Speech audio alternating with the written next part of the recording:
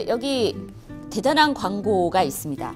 이 맥북 에어 아주 갖고 싶은 탐나는 물건이지 않습니까? 저는 개인적으로 갖고 있습니다. 사실은 정가가 130만 원에서 이거저거 사실은 프로그램 같이 장착하고 하면은 한 150만 원 가량이 소요되는 걸로 알고 있습니다. 그런데 놀랍게도 가격이 어떻습니까? 99만 원도 아니고요. 9만 9천 원입니다. 10만 원도 안 되는 가격으로 오늘의 럭키 딜, 그리고 굉장히 중요한 단어 한정 수량, 이게 눈에 띕니다. 이런 걸 그 광고를 접하게 됐다. 여러분들 같으면 가장 먼저 드는 생각이 어떤 생각이십니까? 여러 가지 생각이 들겠죠.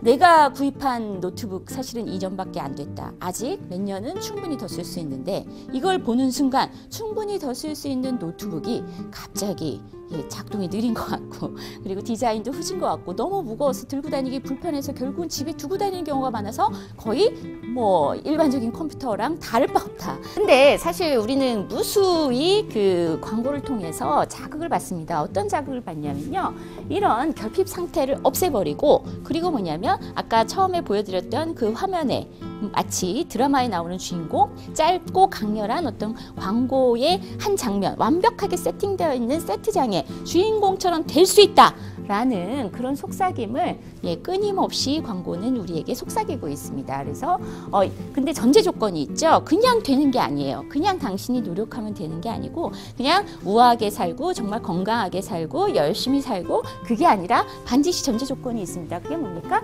이것만 가지면 이라는 얘기를 하고 있습니다. 그럴지도 모릅니다. 제가 교육생들한테 가끔 질문 던집니다. 이런 티켓이 이렇게 따로따로 차별적으로 판매가 되고 있습니다. 그래서 내가 아이 손에 붙들고 나는 기다리고 있는데, 우리 아이 또래의 어떤 아이와 그 부모가 패스트트랙 티켓을 들고 사실은 기다리지 않고 바로 그 기구를 타는 장면을 보았을 때 어떤 생각이 드십니까? 라고 질문을 드렸더니 굉장히 많은 사람들이 사실은 감정적으로는 수용하기 어렵다 라고 얘기를 합니다. 내가 아이 손을 붙들고 있다면 감정적으로는 수용하기 어렵다. 그러나 라고 얘기하면서 바로 이성적으로 이렇게 답을 하더라고요. 자본주의니까 그럴 수 있다고 생각합니다.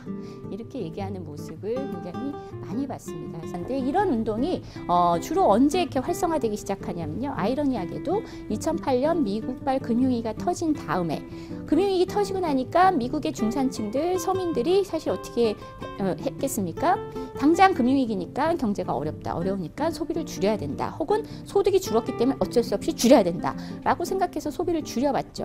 줄인 다음에 자각한 것이 뭐냐면, 소비가 많이 할 때보다 줄였을 때 만족감이 오히려 줄였을 때 더 크더라 라는 사실을 확인한 계층이 빠르게 늘었다는 겁니다. 그래서 원래도 안티소비 운동이 꽤 있었음에도 불구하고 이것이 탄력을 받은 것이 뭐냐면은 경제위기 이후에 오히려 사람들의 마음을 움직여서 소비하지 않을 자유를 달라라는 식으로 이렇게 안티소비 운동이 활성화됐다고 합니다. 이제 프레임을 좀 바꿀 필요가 있습니다. 저희는 허리띠 줄라매는 절약을 해야 된다. 그래서 저축을 많이 해야 된다. 이렇게 강조하지 않습니다.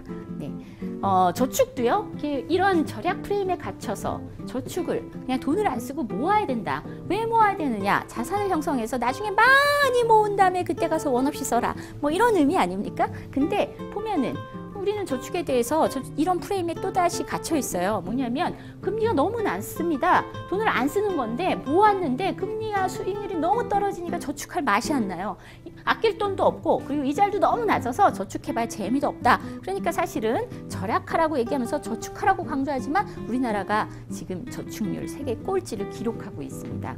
그리고 이런 그 서글픈 얘기도 많이 하고 있죠. 저축해서 돈이 모이는 속도보다 뭡니까? 자산 가치가 더 빠르게 올라간다. 그래서 저축하느니 차라리 빚내서 자산에 투자하는 것이 낫다. 이랬다가 어떻게 됐습니까? 가계부채 1000조 원, 그런 시대를 살게 됐다는 거죠. 카드사의 마케팅 중에서도요, 가장 위력을 카드를 확산시키는데 가장 큰 위력을 발휘했던 게 사실 손실 회피 심리, 한마디로 뭐냐면 할인에 대한 기대심, 그리고 손해를 보고 싶지 않다는 그런 사람들의 심리 상태를 이용했습니다. 뭐냐면 카드 혜택, 카드 혜택이 뭡니까? 카드를 없애세요 라고 제가 이렇게 제일 먼저 얘기하면 그럼 손해보잖아요.